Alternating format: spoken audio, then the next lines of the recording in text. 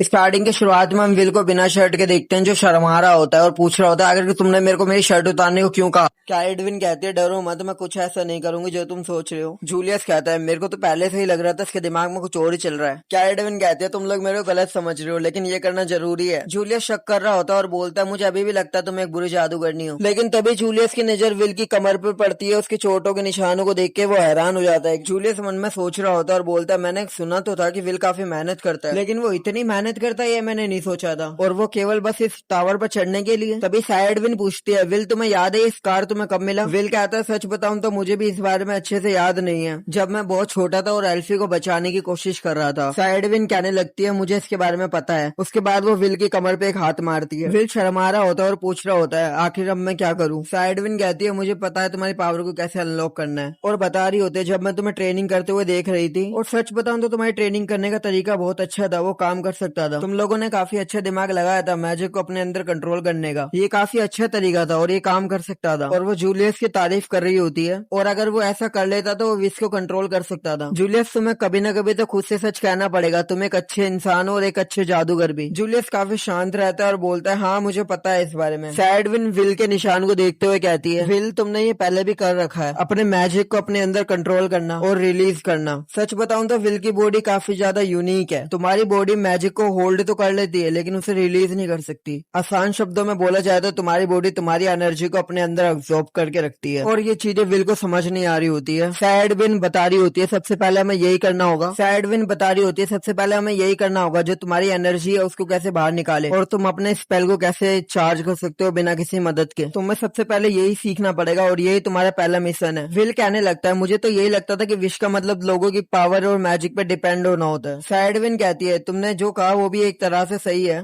Edwin अपने magic का use कर रही होती है और कहती है अब मैं तुम्हें बताऊंगी तुम अपने छुपी हुई पावर को कैसे बाहर निकाल सकते हो। तुम्हारे पास एक कमाल की पावर है जिससे तुम अपनी एनर्जी को खुद ब खुद चार्ज कर सकते हो बिना किसी हेल्प के। अभी तुम्हें अपनी मेमोरी और इमोशंस की पावर का यूज करना होगा। एडविन अपने मैजिक का यूज कर रही होती है और एक सर्कल कास्ट कर रही होती है। अब मैं तुम्हें एक दूसरी जगह पे भेजने वाली हूँ। अभी तुम्हें याद करना चाहिए कि तुमने आखिरकार फर्स्ट टाइम अपनी पावर का यूज कब करा था। तभी एडविन अपने मैजिक को एक्टिवेट कर देती है। हम देख रहे होते हैं विल की पुरानी यादें उसके सामने आ रही होती है। उसके बाद हम विल को एक दूसरी जगह पर देखते हैं जो एक गार्डन होता है बड़ा सा। विल अपने आसपास देख रहा होता है, उसे कुछ समझ नहीं आ रहा होता। तभी वहाँ पे एल्फी भागती हुई आ रही होती है और पूछ रही होती है विल क्या तुम ठीक हो, और बता रही होती है यहाँ पे एक खतरनाक मॉन्स्टर्स है, मुझे लगता है तुम्हें मेरा हाथ पकड़ना चाहिए, मैं तुम्हें सेफ रखूंगी, तुम्हें मुझ पर भरोसा है ना, मैं तुम्हें प्रोटेक्ट करूंगी। उसके बाद हमें एडविन के बेडरूम का सीन दिखाया जाता है जहाँ पे जूलियस परेशान हो रहा होता है और पूछ रहा होता है आखिर चल क्या रहा है। उसे बेहोश हुए 4 दिन हो गए हैं, उसने अभी तक अपनी आंखें नहीं खोली है। एडविन कहती है वो भी अपने गहरे सपनों में खोया हुआ है, मेरे मैजिक ने उसे एक मौका दिया है, क्या सच में ये विल की मदद करेगा उसकी पावर को हासिल करने में। एडविन कहती है वैसे सच कहूं तो मुझे भी नहीं पता ये चीज काम करेगी या नहीं, क्योंकि मैंने कभी उसके पावर का इस्तेमाल करते हुए नहीं देखा। ये सुनने के बाद तो जूलियस कंफ्यूजन में और डूब जाता है और वो काफी सारे क्वेश्चन कर रहा होता है। एडविन समझा रही होती है उसके अंदर का वॉन्ड और स्वॉर्ड एक दूसरे से लड़ रहा है, और जब वो दोनों एक हो जाएंगे तो हमें कुछ और ही देखने को मिलेगा। हम एडविन के रूम को देखते हैं जहाँ पर एक पिक्चर रखी होती है जो विल और एल्फी के बचपन की पिक्चर होती है। उसके बाद सीन चेंज होता है और हम देखते हैं एल्फी काफी ज्यादा खुश हो रही होती है, लेकिन अपना विल जो होता है वो अभी भी कंफ्यूजन में होता है। मेरे हाथ और पैर काफी छोटे हो गए, क्या ये एडविन के मैजिक का नतीजा है, ताकि मैं अपने पास्ट को फिर से देख सकूं। विल सोच रहा होता है मैं पास्ट में तो बिल्कुल नहीं आया, कोई भी मैजिक इतना पावरफुल नहीं हो सकता किसी को पास्ट में भेज दे, शायद ये मेरी मेमोरी है। हम देखते हैं विल एल्फी की बातों पर ध्यान नहीं दे रहा होता, ये देखकर एल्फी नाराज हो जाती है और विल को गले लगा लेती है। एल्फी गुस्से में कहते हैं तुम्हारा ध्यान कहाँ है, क्या तुम दूसरी लड़कियों के बारे में सोच रहे हो, तुम अनाथ आश्रम में भी सभी बच्चों को बिगाड़ने की कोशिश करते हो। विल कहता है मैं तो बस अपने पिता की मदद कर रहा था काम में। एल्फी गुस्से में कहती है तुम्हें ऐसे नहीं करना चाहिए, और सच बताऊं तो मैं नहीं चाहती कि तुम मुझे धोखा दो। विल सोच रहा होता है मुझे अपने पास की तरह कुछ ना कुछ करना होगा। विल एल्फी से पूछ रहा होता है अच्छा मुझे ये बताओ कि तुम मुझे कैसे माफ करोगे। एल्फी कहती है मुझे गले लगाओ, जब तुम मुझे हक करते हो तो मुझे बहुत अच्छा लगता है। विल एल्फी को गले लगा लेता है। एल्फी और विल दोनों खुश हो जाते हैं और एक दूसरे को देख रहे होते हैं। ये सीन देखने में काफी अच्छा लग रहा होता है। एल्फी कहती है मुझे लगता है तुम्हें मेरे माथे का भी थपथपाना चाहिए। विल एल्फी का सर थपथपा रहा होता है। एल्फी मुस्कुरा रही होती है। विल मन में सोच रहा होता है ये सब काफी जाना पहचाना है, जब भी एल्फी नाराज हो जाती थी मैं उसे हमेशा इसी तरह मनाता था। तभी एल्फी विल को हाथ पकड़ के ले जा रही होती है और कह रही होती है सब कुछ सही हो गया तो हमें उस मॉन्स्टर को मार देना चाहिए। विल कह रहा होता है आखिर ये तुम क्या कह रही हो। एल्फी कहती है क्या तुम भूल गए हम यहाँ क्यों आए थे, यहाँ पर एक खतरनाक मॉन्स्टर है और किसी और के आने से पहले हमें उसे हराना होगा। विल कहता है हमें ऐसा नहीं करना चाहिए, ये बहुत खतरनाक है, और बता रहा होता है तुम तो काफी ताकतवर हो, लेकिन मैं तो मैजिक को यूज भी नहीं कर सकता हूँ। विल सोच रहा होता है मैं पास्ट में आ चुका हूँ, लेकिन मैं अपनी बातों को दोबारा रिपीट क्यों कर रहा हूँ। एल्फी बता रही होती है तुम फिक्र मत करो, मैं अपने साथ हमारी फेवरेट बुक भी लाई हूँ, और मैं तुम्हारे साथ हूँ तो तुम्हें डरने की जरूरत नहीं है, ठीक है, मैं तुम्हें हमेशा प्रोटेक्ट करूंगी। विल सोच रहा होता है ये बिल्कुल पहले की तरह हो रहा है, मैं हमेशा डरपोक था और एल्फी हमेशा मुझे प्रोटेक्ट करती थी, और मुझे तो ये भी यकीन नहीं हो रहा कि एल्फी मेरे पे कभी डिपेंड थी या नहीं। उसके बाद हम देखते हैं वो दोनों फॉरेस्ट में घूम रहे होते हैं, हम देखते हैं वो दोनों जंगल के और अंदर चले जाते हैं, इधर उधर जा रहे होते हैं, मस्ती कर रहे होते हैं। एल्फी कहती है हमें थोड़ा रेस्ट करना चाहिए, वो दोनों एक पेड़ के नीचे बैठ जाते हैं। एल्फी अपने मैजिक का यूज करके दो कैंडी को क्रिएट करती है और एक विल को दे देती है। विल कैंडी को हाथ में लेता है और सोच रहा होता है, फिर कैंडी को हाथ में लेता है और सोचता है ये अल्फारिया का सेकंड मैजिक है, आई लव दिस कैंडी। फिर दोनों कैंडी खाते हैं। एल्फी कहती है ये एक सीक्रेट है, क्लेयर और बाकी सबको मत बताना इस बारे में। विल पूछ रहा होता है एल्फी तुम मुझे इतनी सारी कैंडी क्यों देती हो। एल्फी कहती है क्योंकि तुम हमेशा अपना खाना दूसरों के साथ शेयर करते हो। एल्फी खुश होकर बोल रही होती है अगर तुम बहुत सारे खा लोगे तो तुम पूरी तरह से मेरे हो जाओगे ना। विल मुस्कुराकर बोलता है हाँ। एल्फी मुस्कुराकर अपनी बुक दिखाती है। अब हमारे एडवेंचर से पहले थोड़ी ताकत ले लेते हैं, आज भी मैं ही पढ़कर सुनाऊंगी। विल कहता है मुझे माफ करना, मुझे पढ़ना नहीं आता।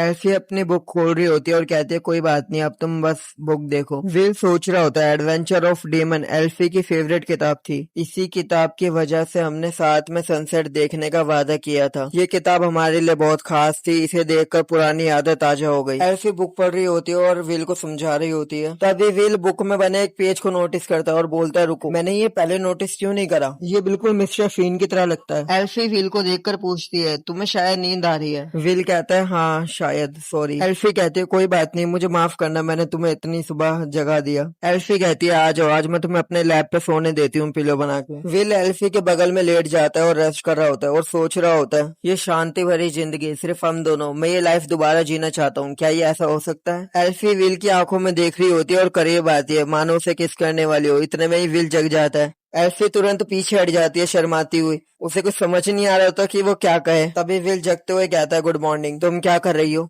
एल्फी को कुछ समझ नहीं आ रहा होता क्या बोले, वो कहती है कुछ नहीं, बस तुम्हारे फेस पे कुछ था, मैंने उसे बस हटा दिया। विल पूछता है आज तुम ज्यादा वियर्ड बिहेव क्यों कर रही हो। एल्फी तुरंत विल का हाथ पकड़ लेती है और उसे जंगल में ले जाती है। चलो हमें फॉरेस्ट को प्रोटेक्ट करना है, अब टाइम आ गया है। विल अपने मन में कहता है अगली बार मैं एल्फी को मिलूंगा तो मैं उसे कैसे फेस करूंगा। हम देखते हैं विल और एल्फी दोनों जंगल के बीचों बीच चले जाते हैं, माहौल चेंज हो जाता है। एल्फी बता रही होती है रिगार्ड नाम की जगह पे युद्ध हो रहा था, इसलिए सारे मॉन्स्टर भागकर इस जंगल में आ गए हैं, इसलिए यहाँ पर जितने भी खतरनाक मॉन्स्टर है वो सब रिगार्ड से आए हैं। विल सोच रहा होता है ये सब चीजें तो 10 साल पहले जो हमारे घर के जंगल के पीछे हुआ था, और वो घबराते हुए पूछता है क्या तुम मुझे प्रोटेक्ट कर सकती हो। एल्फी विल को कह रही होती है तुम्हें फिक्र करने की जरूरत नहीं है, लेकिन विल को अभी भी पूरी बातें याद नहीं आ रही होती। विल और एल्फारिया जंगल के अंदर जा रहे होते हैं जब ये मॉन्स्टर उनके ऊपर अटैक कर देता है। वो दोनों काफी दूर जाके गिरते हैं, वो दोनों काफी घबरा गए होते हैं और कहते हैं क्रिस्टल मॉन्स्टर। विल अपने मन में कहता है नहीं ये कोई आम मॉन्स्टर नहीं है, अब मुझे समझ आ गया ये मॉन्स्टर मेज द्वारा बनाया गया क्रीचर है। विल मॉन्स्टर के इंजर्ड हाथ को देख रहा होता है और सोच रहा होता है क्या ये सच में अकेला है या मॉन्स्टर वॉर के टाइम बच गया था। वो मॉन्स्टर एक जोर से गुर्रार लगाता है। विल ये सब कुछ देख के घबरा गया होता है। तभी अल्फारिया विल के सामने आ जाती है उसे प्रोटेक्ट करने। तुम्हें डरने की जरूरत नहीं है, मैं तुम्हें प्रोटेक्ट करूंगी और तुम्हें पता है मैं काफी ताकतवर हूँ। एल्फी अपना मैजिक कास्ट करती है और अपने क्लोन बनाती है। एल्फी मॉन्स्टर को देखती है और कहती है मैं और मेरे बहुत सारे क्लोन तुम्हें मिलकर पीटेंगे और हरा देंगे। विल घबरा रहा होता है और एल्फी को देख रहा होता है और मन में सोच रहा होता है क्या वो एक साथ मल्टी स्पेल कास्ट कर रही है।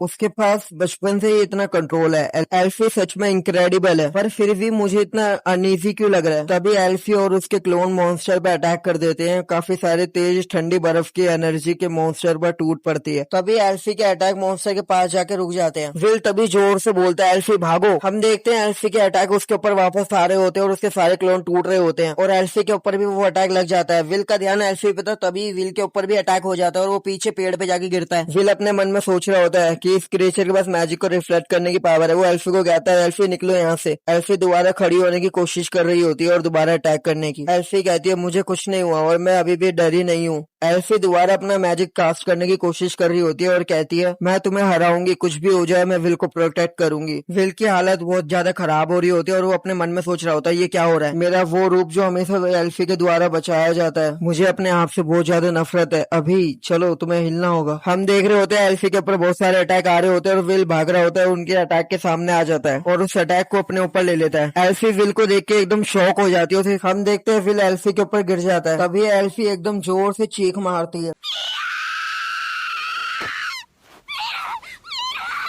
विल अपने मन में कहता है मुझे याद आ गया, मैंने यहाँ पे एल्फी को बचाया था, लेकिन इसके बाद क्या हुआ मुझे कुछ याद नहीं, हमें कौन बचाया। हम देखते हैं विल बेहोश हो जाता है। तभी हम एक औरत को देखते हैं जो कहती है तुम्हें उठना होगा। तभी हम देखते हैं विल के अंदर से एक अचानक से पावरफुल एनर्जी निकल रही होती है। विल कहता है मेरी पीठ में अचानक से इतना दर्द क्यों हो रहा है, ये चमकदार शक्ति क्या है, मेरा पूरा शरीर गर्म हो रहा है, लगता है जैसे मेरा शरीर फटने वाला है। विल कहता है नहीं, शायद मैं एक तलवार में बदलने वाला हूँ। विल कहता है हाँ, लेकिन कहानी अभी यहाँ पे खत्म नहीं होती, अभी तो बस शुरुआत है, हमें इस स्वॉर्ड पूरी तरह से चार्ज हो चुकी है। फाइनली विल को सब समझ आ चुका होता है। विल कहता है मुझे सब समझ आ गया है, अब मुझे पता लग गया है क्यों उस वक्त मुझे ये ताकत अजय लगती थी, इसे कोई रोक नहीं सकता, लेकिन अब मैं सच जान गया हूँ। मुझे अब पता है एल्फी की शक्ति ने क्या जन्म दिया है, अब मैं समझ गया हूँ, ये एक मेज ब्लेड है। हम देखते हैं विल आगे जा रहा होता है, वो मॉन्स्टर अटैक करने वाला होता है। विल उसके अटैक को रोक देता है। विल मॉन्स्टर पे अटैक कर रहा होता है और लेकिन वो मॉन्स्टर उसको एक हाथ से रोक लेता है। फिर हम देखते हैं एल्फी विल के पास आ जाती है और स्वॉर्ड को पकड़ लेती है उसके साथ में। वो दोनों एक दूसरे को देख रहे होते हैं। हम देखते हैं मॉन्स्टर उन पे अटैक करने जा रहा होता है। हम देखते हैं विल और एल्फी दोनों साथ में मिलकर एक पावरफुल अटैक कर रहे होते हैं और ये अटैक इतना पावरफुल होता है कि वो मॉन्स्टर बीच में से जम जाता है, वो दोनों पीछे जाके गिरते हैं। हम देखते हैं एल्फी और विल एक दूसरे को देख रहे होते हैं और एल्फी पूछते हैं क्या ये तुम्हारा मैजिक है, लेकिन हम देखते हैं विल वहाँ पे कुछ नहीं कह रहा होता, वो बेहोश हो रहा होता है। ये मेरे लिए एक नई शुरुआत है, मैं ये फीलिंग कभी नहीं भूलूंगा। एल्फी के साथ मेरा जो ये बॉन्ड है वो हमेशा मेरे दिल और मेरी यादों में रहेगा। हम देखते हैं फाइनली विल को होश आ गया होता है और जूलियस इसके सामने होता है।